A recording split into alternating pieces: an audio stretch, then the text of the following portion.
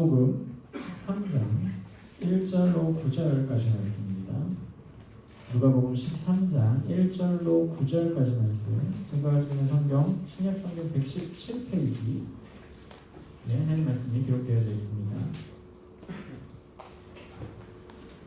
누가복음 13장 1절로 9절까지 말씀 우리 같이 교독하고 마지막 9절만 같이 읽겠습니다. 제가 먼저 읽습니다. 그때 마침 두어 사람이 와서 빌라도가 어떤 갈릴리 사람들의 피를 그들의 제물에 섞은 일로 예수께 아뢰니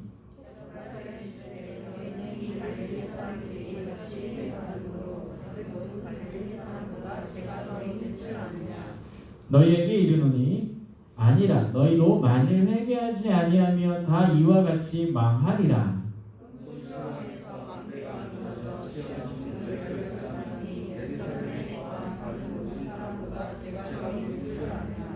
너희에게 이르노니 아니라 너희도 만일 회개하지 아니하면 다 이와 같이 망하리라.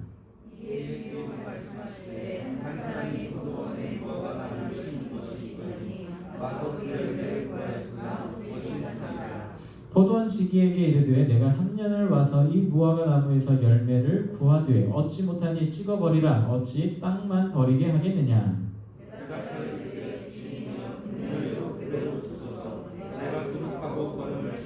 같이 했습니다. 이후에 만일 열매가 열면 좋거니와 그렇지 아니하면 찍어 버리소서 하였다 하시니라. 아멘. 사람들은 이 고정관념이라고 하는 것이 있습니다. 대표적인 고정관념이 무엇일까? 뚱뚱한 사람은 땀을 많이 흘린다. 아까 전에 일부 예배 찬양 인도하는데 얼마나 땀이 많이 나는지 뒤에 땀이 아주 줄줄줄줄 흐르더라고요. 이 마스크를 쓰고 있어서 그런지 모르겠는데 온 마음을 다해서 찬양을 해야 그런지 모르겠는데 그런 것이 있고 또 어떤 고정관념들이 있을까? 우리 친구들 보면 안강죄라고 하는 말이 있어요. 우리 친구들 알아요? 모를 거예요. 안강죄 이게 무슨 말일까? 안씨 손 들어봅시다. 안씨 나 안씨입니다. 손 버쩍 안씨 강씨 손 들어보세요. 강씨 그리고 최씨 다 있네. 지금 우리 친구들 실시간 들으는지 모르겠지만 여기 우리 임원들 교체돼가지고 그 친구들 잠깐 있어요. 여기 몇 명 있거든요. 여기 보니까 다 있네. 안강채. 이 안강채라고 하는 게 무슨 것으로 유명하냐면 우리나라에서 고집이 가장 센 사람들을 랭킹 1위가 안씨, 두 번째가 강씨, 세 번째가 최씨래요. 최씨 고집이야 워낙 알고 있었던 거지만 안씨 고집이 그렇게 센지를 처음 알았거든요. 주연이랑 혜원이랑 싸우면 누가 이길까? 물론 주연이가 지겠죠. 두 번째니까. 이런 것들도 고정관념인 것 같아요. 꼭 그런 건 아니잖아요. 그리고 또 대표적인 고정관념이 하나가 있어요. 혹시 A형? 나 A형이에요. 손 들어봅시다. A형. 우리나라에서 50%가 A형이래요. 실질적으로 보면. 근데 A형 하면 뭐가 떠올라요? 소심하다. 맞아요? 물론 맞을 수도 있지. 사람마다 다른 거니까. 근데 아닌 경우도 있다란 말이죠. 이게 고정관념이라는 게 참 무서운 것 같습니다. 예수님 당시에도 고정관념이 있었어요. 어떤 것이냐면 죄를 짓고 죽는 사람들은 다 어떤 사람들이냐면 다 죄를 지어서다. 100% 그들이 잘못했기 때문에 그들이 죄를 지었다. 특별히 문둥병 걸리고 이런 불치병 걸려서 죽는 사람들은 다 그가 죄인이기 때문에 벌 받아서 그들이 그렇게 되었다라고 이렇게 이야기를 하고 있는 거예요. 그러면서 오늘 무슨 말들이 있냐면 오늘 1절부터 5절까지는 이런 말들이 있어요. 보니까 특별히 갈릴리 사람의 피를 그들의 제물에 섞은 일로 이상한 내용이에요. 갈릴리 사람들의 피를 그들의 제물에 섞었다. 좀 끔찍한 그런 내용들이 있었나 봐요. 그 당시 갈릴리 지역에. 근데 여기도 빌라도라고 하는 사람이 나오죠. 사실 빌라도라고 하는 사람은 로마 총독이었기 때문에 어떻게 보면 조금 잔인할 수도 있는 그런 사람입니다. 그런 일들이 갈릴리에서 피와 관련된 일들이 벌어졌다. 이스라엘에서 피와 관련된 일은요 너무나도 말도 안 되는 일이고 너무나도 커다란 저주를 상징하는 그런 내용이거든요. 피라고 하는 거 예전에 한번 설명한 적이 있는데 피라고 하는 것은 무엇과 연관이 되냐면 생명과 연관이 됩니다. 이건 아직까지도 해놓은 것 같아요. 예전에 무슨 이 음모설 같은 데 들어보면 이런 것들이 있더라고요. 어떤 굉장히 부자가 오래 살려고 1년에 한 번인가 자기 피를 바꾼대요. 젊은 사람의 피로. 그래서 오래 산 사람 본 적은 없는 것 같은데 그런 이야기들도 있고 그래요. 생명이다라고 하는 것은 이 피와 연관이 돼요. 성경에도 보면 생명과 피는 동일시합니다.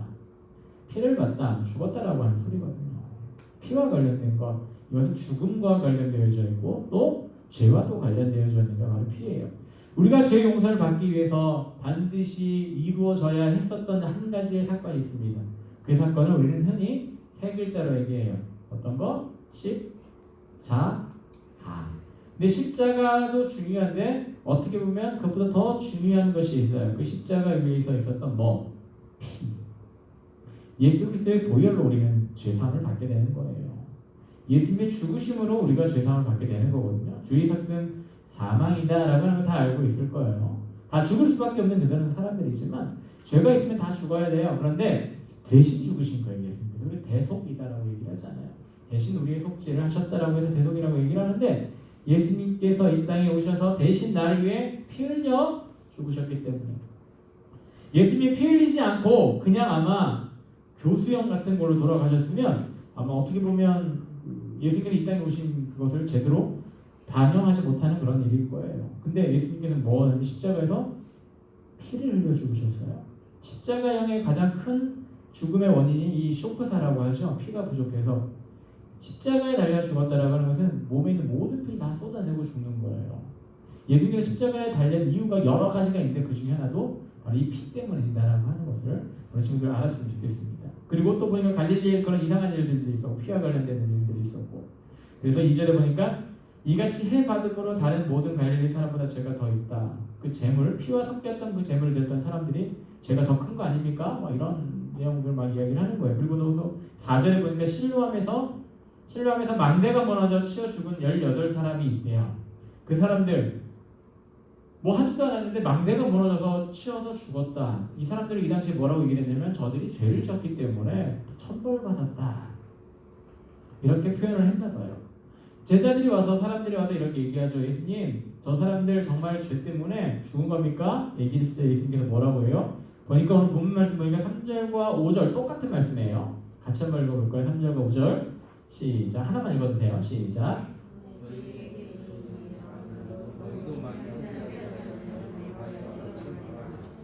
제자들과 사람들이 나와서 예수님 앞에 나와서 예수님, 많은 사람들이 저 사람들이 저주받아서 죽었다, 저들이 잘못해서 죽었다, 저들이 죄가 있어서 죽었다라고 얘기를 하는데 맞습니까? 라고 물었을 때 예수님께서 뭐라고 하죠? 첫 번째 대답이 No, 아니다. 분명하게 얘기를 하고 계시는 거죠. 아니야. 저들이 죽은 이유는 그들의 죄 때문에 죽은 것이 아니야. 그런데 너희도 만일 회개하지 아니하면 다 망하게 될 거야 라고 이야기를 해주시는 거예요. 그 사건들을 가지고 얘기를 하시면서 어떤 얘기를 하시냐면 많은 사람들의 관심은 그 사건을 당했던 사람들, 죄인이라고 평가받는 그 사람들에게 가 있었지만 예수님의 관심은 어디에 가 있었냐면 그 사람들에게 있는 게 아니라 그 질문하고 있는 그 사람들에게 예수님께서 관심이 있으셨어요. 예수님께서 그들이라고 하지 않고 너희가 라고 이렇게 얘기하죠. 너희에게 이르노니 아니라 너희도 다 이와 같이 될 거다. 여기서 우리 또 한 가지 알 수가 있어요. 예수님을 만나려고 노력하는 사람에게 우리 예수님께서 만나주시고 그 사람에게 말씀하신다라고 하는 거예요. 예수님께 나오지 않는 사람에게 예수님은 말씀하실까? 예수님은 분명하게 말씀하실 수 있는 분이에요. 왜? 그분은 어떤 분이냐? 전능하신 분. 전능하신 분이기 때문에 모든 것을 할 수 있어요. 세상 모든 사람들에게 우리 가끔가다 영화들이나 만화, 애니메이션 같은 거 보면 악의 세력들이 이 세상을 점령하기 위해서 방송을 이용하는 경우가 있어요. 뭐 외계인이라다가 좀 방송 점령해가지고 뭐 이상한 방송하기도 하고 우리나라 더 테러 라이브인가 뭔가 해서 방송국 이용하고 이런 분들이 있는데 예수님도 분명 그런 식으로라도 해서 모든 사람들에게 똑같은 말씀을 전할 수가 있어요. 모든 사람들에게 회개해, 다 죽을 거야. 우리 뭐 귀에만 들리는 그런 음성을 예수님이 다 모든 사람들에게 하실 수 있음에도 불구하고 예수님은 그렇게 하지 않으신다는 거 하는 것이죠. 오늘 예수님 앞에 나온 사람들의 경우를 예수님께서 얘기하시는 거예요. 너희가. 그렇기 때문에 기본적으로 하나님께 나온다라고 하는 것이 굉장히 중요한 겁니다. 오늘 총 주제는 돌아오라고 하는 건데 이 돌아오기 위해서 제일 먼저 해야 될 게 뭐냐면 바로 하나님 앞에 예수님 앞에 나오는 겁니다. 우리 친구들 오랜만에 이렇게 예배에 참여한 친구들 지난주에도 몇 명 친구들 참여했지만 참여해서 얼마나 기쁜지 몰라요. 다음 주부터 좀 이따 광고하겠지만 다른 친구들이 이제 올 거예요. 많이는 아니지만 조금씩 오게 될 겁니다. 그리고 지금 보니까 실시간 채팅에 보니까 뭐 그래 진현이, 민구, 유빈이, 정원이, 인혁이, 동아, 주연이, 고은이 앞에 있는 친구들만 얘기했어요. 이 친구들 같이 예배드리고 있다라고 이렇게 올리고 있는데 중요한 건 하나님께 나와서 예배한다라고 하는 것이 중요한 거예요. 그런데 나온다라고 하는 것이 바로 이 예배당이냐 아니냐 이건 크게 중요한 건 아니에요. 하나님 앞에 나오느냐, 예수님 앞에 나오느냐, 내가 어떤 마음을 갖고 나오냐가 중요한 것이죠. 집에 있다라고 해서 이 자리에 있다라고 해서 지금 예수님 생각하지 않고 딴 생각하고 있다라면 집에 가서 뭐 먹을까 생각하고 있다라면 그 친구는 예수님 앞에 나온 것이 아니에요. 그러나 집에 있지만 하나님 만나기를 간절히 소원하는 마음으로 하나님 오늘도 나와 함께 해주시고 말씀해 주세요 라고 하는 마음으로 앉아있는 친구라면 그것이 바로 예수님께 나오는 거예요. 우리 친구들은 돌이키기 위해서는 다 나와야 하는 거예요. 누구 앞으로? 예수님 앞으로, 하나님 앞으로 나와야 한다라고 하는 거예요. 이 자리에 앉아있다라고 하는 것이 중요한 것이 아니라 여러분들의 마음이 그걸 향하고 있느냐 안 향하고 있느냐가 굉장히 중요하다라고 이야기를 하는 것이죠. 그러면서 예수님께서 이 사건들을 이야기하시면서 아니라 너희도 만일 회개하지 않으면 다 이와 같이 망하리라 말씀하시면서 비유로 말씀해 주고 계세요. 6절부터 9절 이의 비유로 말씀하시는 쭉 나오죠. 이 포도원에 무화과 나무를 심은 것이 있대요. 포도원에 무화과 나무를 심었대. 좀 이상하지 않아요? 포도원에는 무화과가 있어야 될까? 포도나무가 있어야 되는데 여기 뭐가 있어요? 뜬금없이 무화과 나무가 하나가 있네. 왜 그럴까? 이건 왜 그럴지 한번 쭉 차근차근 한번 생각해 보도록 합시다. 자, 그런데 포도원 지기에게 어떤 사람이 와가지고 주인이 와가지고 포도원 지기에게 와가지고 뭐라고 얘기를 하냐면 포도원에 왔으면 뭘 찾아야 될까? 포도를 찾아야 되거든요. 근데 오늘 뭘 찾고 있어요? 무화과를 찾고 있어요. 무화과 나무가 한글인지 몇 글인지 모르겠어요. 정확히 기록되어져 있지 않지만 한글로라고 생각해 봅시다. 포도원 지기에게 이래서 3년을 와서 무화과를 열매를 구하지 못했다라고 얘기하면서 포도를 얘기하지 않고 무화과를 얘기를 하고 있으면서 3년 동안 내가 기다렸다라고 얘기를 하고 있어요. 그러면서 뭐라고 얘기해요? 3년 기다렸으면 됐다. 이제 어떻게 해라? 더 이상 제 필요 없다. 잘라버려라. 근데 포도원 지기가 뭐라고 해서 간청하죠. 1년만 더 참아주세요. 1년 후에도 만약에 이런 사태가 벌어지면 잘라버리겠습니다. 라고 이렇게 이야기를 하고 있어요. 이 말의 뜻은 무엇이 담겨져 있을까? 포도원과 무화과. 이것도 조금 이상한데 이건 조금 더 생각해보고 이제 무화과 자체로 한번 생각해 봅시다. 3년. 우리 친구들은 모를 거예요. 나무를 과실 나무를 심으면 그해 몇 년 동안 열매가 안 맺어요. 몇 년 지난 다음에 열매가 맺거든요. 근데 이 무화과 나무는 막 심은 나무가 아니에요. 심은 지 3년 된 나무가 아니라 열매를 맺힐 수 있게 된 지 3년이 지났는데도 한 번도 열매를 맺지 않았다라고 하는 거거든요. 이것은 좀 문제가 있는 나무겠죠. 그래서 그 주인이 말하는 말이 맞는 말이에요. 저들이 쓸데없이 땅만 차지하고 있다. 저 나무가 쓸데없이 땅만 차지하고 있다. 그래서 찍어 버리어라.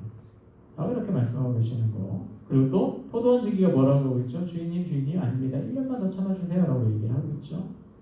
자, 결국 이게 무슨 말일까? 이 주인은 누구를 의미할까요? 하나님을 의미하겠지요. 그리고 이 포도원 지기를 누구를 얘기할까요? 예수님 본인을 의미하고 계시는 거예요.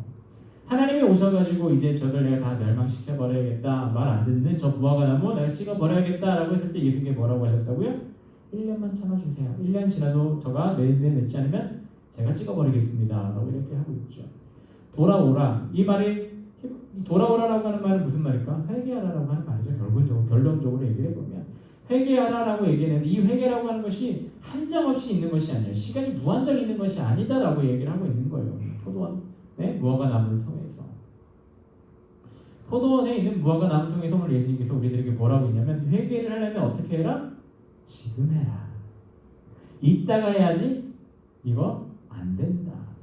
어떤 사람이 아마 이런 사람이 있을 거예요. 많은 사람들이 좀 성경 좀 많이 들었던 사람인가 봐요. 뭐 어떤 사람이 얘기했었던 건데 누군지 정확하게 모르겠어요. 예를 들었었던 내용 중에 어떤 내용이냐면 어떤 한 사람이 성경을 굉장히 많이 알고 있는 사람이 있어요. 근데 그 사람은 노는 걸 되게 좋아했어요. 근데 성경을 좀 알아가지고 제 회개하면 하나님께 다 용서해 주시고 난 구원 받을 거야 라는 것을 알고 있는 사람이에요. 근데 그 뭘 좋아한다고요? 노는 걸 좋아한다.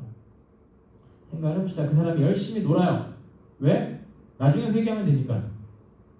오늘 놀고 내일 회개하지. 또 내일 되니까 오늘도 놀고 내일 회개하지. 걔도 이러다가 80살까지 살았다고 생각해 봅시다. 그러다가 오늘 놀고 오늘까지 놀고 내일 회개해야지 하고 했는데 하나님께서 어느 날 딱 나타나가지고 자 오늘 가야 된다. 이런 그 사람은 어떻게 될까요? 망한 거죠. 사람의 인생은 아무도 말지 못하거든요. 기한이 있다라고 하는 거예요. 이 기한이라고 하는 것은 하나님께서 우리를 데려갈 그 기한이 분명하게 모든 사람들에게 동일하게 주어진다라고 하는 거예요. 그 기한은 다 동일하진 않지만 분명하게 하나님께서는 우리에게 다 죽음을 주실 것이고 그 기한이 각자 사람마다 이렇게 있습니다. 그렇기에 회개라고 하는 것은 나중에 해야지가 아니라 언제 해야 된다? 지금 해야 된다. 왜? 나의 끝이 어딘지 아무도 모르니까. 나의 끝이 언제인지 모르니까 지금 회개를 해야 한다라고 성경은 우리들에게 말씀하고 계시는 겁니다. 우리 친구들 매일매일 하나님께 회개하는 자들이 되었으면 좋겠어요. 아침에 일어나서 하던 아니면 저녁에 하던 저녁에 자기 전에 하던 아침에 일어나자마자 기도할 때 하던 이 돌아가다라고 하는 것은 완전 유턴을 이야기하는 거거든요. 내가 가던 길이 잘못된 길이면 어떻게 해야 될까요? 돌아서 가야겠지요. 물론 요즘은 좋아가지고 내가 가는 길이 잘못된 길이라고 하면 다시 내비게이션이 다시 길을 알려주기는 해요. 그건 요즘 같은 그런 이야기들이고 성경적으로 보면 우리가 가는 길이 잘못된 길이면 절대 누가 알려주지 않아요. 무조건 돌아가야 되는 거예요. 누구에게로? 예수님께로, 하나님께로 돌아가야지만 우리는 구원을 얻게 되고 3절과 5절에 말하는 것처럼 망한 자가 되지 않게 된다고 하는 거죠. 우리 친구들의 인생과 우리 친구들의 삶 어떻게 앞으로 살아가고 어떤 인생의 길이 우리 친구들 앞에 놓여 있는지는 모르겠습니다. 그런데 어떤 길을 가든지 가장 중요한 것은 항상 우리 친구들의 마음을 점검해야 되는 거예요. 내가 어떤 길을 가든지 하나님 내가 오늘 어떻게 살았습니까? 죄는 지었습니까? 안 지었습니까? 근데 이 기도 자체도 말도 안 되는 게 모든 사람들은 매일매일 뭘 하는 자들이냐면 죄를 짓는 자들이거든요. 하나님 내가 죄를 지었나요? 안 지었나요? 이거는 미련한 기도예요. 하나님 내가 오늘 죄를 지었습니다. 기억나는 죄? 생각나지 않는 죄? 많은 죄가 있어요. 기억나는 죄는 하나님 내가 이런 죄를 지었는데 용서해 주세요. 그리고 마지막 또 어떤 기도를 해야 될까? 하나님 내가 알지 못하고 지은 죄도 있습니다. 용서해 주십시오. 이런 회개하는 기도. 근데 중요한 건 이 회개는 유턴이라고 했어요. 돌아가는 거예요. 계속 똑같이 가면서 잘못했네. 하나님 잘못했습니다. 또 가면서 또 잘못했네. 또 용서해 주세요. 이거는 회개가 아니에요. 진짜 회개는 내가 가던 길을 안 가는 게 진짜 회개예요. 근데 사람은 그렇게 되기가 쉽지가 않습니다. 그래서 날마다 하나님께 나의 마음을 점검하고 하나님 내가 그 길로 가지 않도록 용서해 주시고 인도해 주세요 라고 늘 기도가 우리들에게 반드시 필요한 겁니다. 우리 모든 친구들은 다 죄인입니다. 이렇게 오랜만에 하는데 무거운 얘기해서 죄송해요. 근데 이것은 항상 해야 되는 말이기 때문이에요. 죄인입니다. 그리고 지금 우리가 이 코로나 사태 이것이 과연 누구의 죄 때문에 이렇게 벌어졌을까? 누구의 죄 때문에 이렇게 벌어졌을까? 혹시 우리 친구들 이런 기도 해본 적 있어요? 하나님 전 잘못 안 했는데 누가 잘못해서 이런 코로나가 이 땅 가운데 이렇게 힘들게 험하게 만들고 있습니까? 그럼 하나님께서 뭐라고 얘기할까요? 누구의 죄 때문이 아니다.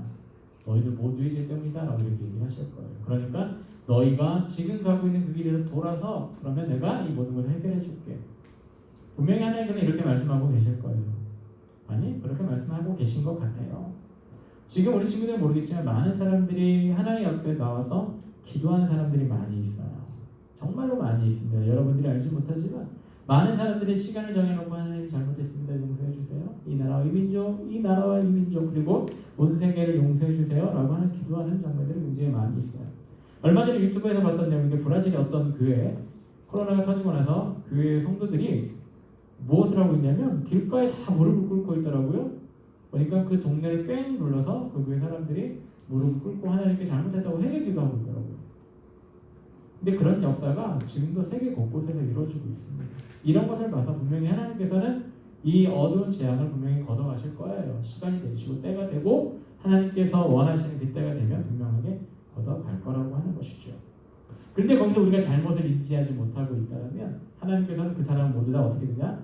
망하게 시켜버릴 거라고 하죠. 근데 그 가운데 돌아오는 자들에게는 어떤 것을 하시겠다? 회복시켜 주실 것이고 완벽하게 예전과 같이 동일하게 만들어 주실 거다 라고 하는 것이 성경 전체적인 내용이 똑같이 그렇게 흘러가고 있거든요. 우리 친구들도 이 회개 운동에 동참했으면 좋겠습니다. 매일매일 시간을 정해서 하나님 나의 죄를 용서해 주시고 우리 가족의 죄를 용서해 주시고 우리 나라의 죄를 용서해 주시고 우리 모두의 죄를 용서하여 주옵소서. 이런 회개 기도에 동참하면 분명히 우리 하나님께서 우리의 마음도 돌이켜 주실 것이고 우리 나라와 우리 세상의 모든 사람들의 마음 또한 돌이켜 주실 겁니다. 그동안 아무리 봐도 세상의 모든 사람들이 세상 모든 것들이 하나님과 반대되는 경험으로 많이 봤어요. 우리나라도 보면 많이 알잖아요. 옛날 요즘 극동방송을 듣는데 아침에 새벽에 끝나고 가다 보면 항상 이런 얘기가 나와요. 오늘 무슨 일이 있었는지. 근데 오늘 새벽에는 그런 얘기가 나오더라고요. 어떤 선교사님이 돌아가셨습니다. 어떤 전도사님이 순교하셨습니다. 오늘은 어떤 분이 순교하신 날입니다. 어떤 분이 순교하신 날입니다. 어떤 분이 순교하신 날입니다. 기쁜 날보다 오늘 10월 5일 같은 경우는 어떤 분이 순교하신 날입니다라고 훨씬 더 많더라고요. 그러면서 아나운서가 이렇게 얘기를 하더라고요. 한국교회는 이 수많은 순교자의 피값 가운데 세워진 교회다. 심지어는 우리나라도 많은 사람들의 피값 가운데 세워진 순교자의 피값 가운데 세워진 나라가 바로 대한민국이기도 합니다. 이 세상 모두가 예수님의 거룩한 피 흘림이 있고 세워진 이 나라잖아요. 그런데 사람들은 착각을 합니다. 예수님을 자꾸 버리려고 해요. 내가 잘해서 내가 잘 먹고 잘 사는 걸로 착각을 한다라고 하는 것이죠. 그것은 100% 잘못된 길이에요. 우리는 늘 겸손하게 하나님 앞으로 돌아가는 것이 바로 우리의 삶이 되어야 되는 것이고 우리의 신앙이 되어야 되는 것이고 우리의 모습들이 다 되어야 하는 겁니다. 왜 그럴까요? 우리 하나님께서 완벽하신 분이기 때문에 우리 하나님께서 이 땅을 만드신 분이시고 망하게도 하시고 복되게도 하신 분이 바로 우리 하나님이시기 때문이지요. 우리 친구들 오늘 말씀 다 잊어버려도 좋아요. 그러나 3절과 5절을 기억했으면 좋겠어요. 중요하기 때문에 똑같은 말이 반복하고 있는 거죠. 아니다. 그들의 죄 때문에 그런 것이 아니야. 그들의 죄가 중요한 것이 아니야. 바로 뭐라고요? 너희도 만일 회개하지 아니하면 다 이와 같이 망하게 될 거야. 저들의 일은 저들의 이야기야. 중요한 건 너의 이야기야. 너는 돌아와라. 나에게로 돌아오라. 그러면 너희들에게 복된 삶이 기다리고 있고 망하지 않을 거야 라고 예수님께서 오늘 강하게 말씀하시는 이 반복해서 말씀하시는 이 예수님의 말씀을 우리가 기억했으면 좋겠습니다. 포도원과 아까 무화과 나무라고 얘기했잖아요. 포도원 밭에는 포도나무가 있는 것이 당연한 것이에요. 그런데 왜 무화과 나무에서 무화과 열매를 찾을까? 하나님께서. 우리는 어떤 존재냐면 이 포도 안에 있는 포도나무가 아니라 이 무화과 나무와 같은 존재라고 하는 거예요. 이 세상에 정말 모든 하나님의 사람들이 가득하진 않아요. 이 포도원이라고 하는 것은 천국이다라고 생각하면 될 것 같아요. 천국에는 이 포도원이라고 하는 천국에 들어갈 수 있는 사람들밖에 없는 것이죠. 근데 그 가운데 뭐가 하나 심어져 있는 거예요? 무화과 나무 하나가 심어져 있는 거예요. 생뚱맞은 포도원에 어울리지 않는 무화과 나무 하나가 심겨져 있는 거예요.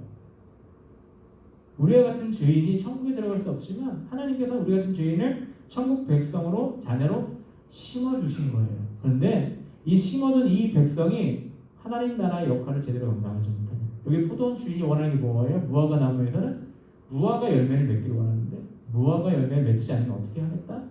얘를 갖다 뽑아 버려버리겠다라고 하시는 거거든요. 우리 친구 모두가 포도원에 있는 포도나무인데 포도나무가 아니고 다 무화과들이에요. 우린 다 기본적으로 무화과 나무들이에요. 열매 맺지 않는 무화과 나무는 어떻게 된다? 다 찍어 버림을 당할 수밖에 없다. 그러나 그 1년의 시간이 있어요. 회개할 수 있는 시간 가운데 그가 다시 열매를 맺게 되면 그 포도원 가운데 무화과 나무는 계속해서 존속할 수가 있게 되는 것이겠죠.